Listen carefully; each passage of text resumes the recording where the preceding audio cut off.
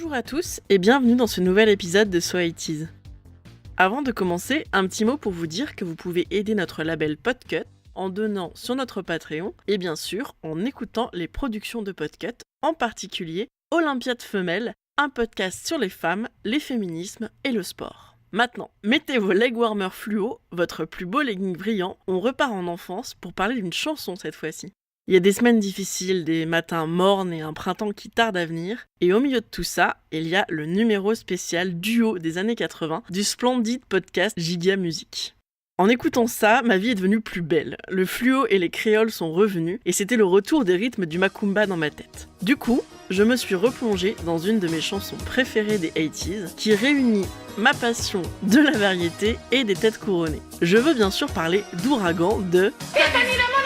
La chanson est écrite par Marie-Léonore, chanteuse à succès dans les années 70, et la musique est composée par rien moins que Romano Musumura. Ce monsieur a composé pour l'ensemble des chanteurs des années 80, dont Véronique Jeannot,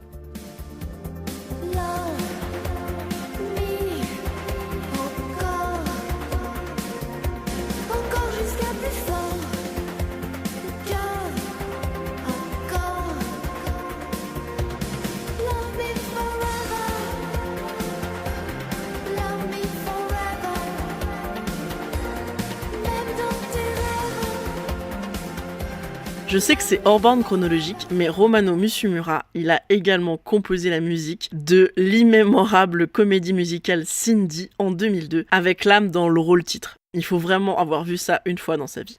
Donc, on part sur des valeurs sûres à la fois aux paroles et à la musique. En tout cas, sur des musiciens qui savent ce qu'ils font. Il faut ajouter à tout ça un producteur.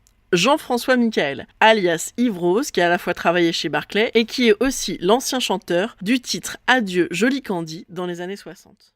La chanson Ouragan a été proposée à Jeanne Masse ou à Sheila. Puis, elle est présentée à Jean-François Michael, qui sait que la princesse de Monaco souhaite se lancer dans la chanson. Ils enregistrent plus ou moins en secret et le titre sort le 5 avril 86, alors que la jeune princesse a 21 ans. Ouragan, dans mon esprit, c'est surtout le clip, avec ce pull oversize sur une jupe stricte, une chemise jaune de l'enfer, une robe en cuir, et surtout des scènes de nage en chemise blanche. Le tout couronné soit par un carré à franges un peu trop volumineux pour être honnête, ou par des cheveux plaqués en arrière de façon ultra flippante. La plupart des scènes du clip, durant lesquelles Stéphanie poursuit un mystérieux inconnu, ont été tournées à la fois à Noisy-le-Grand et à l'île Maurice, parce que pourquoi pas. Il existe aussi une version anglaise de la chanson, Irresistible, qui est assez croquignolesque également. Cette chanson met 3 semaines à atteindre la première place du top 50, qu'elle trustera pendant 10 semaines, et même le papa de la princesse, le prince Rémi,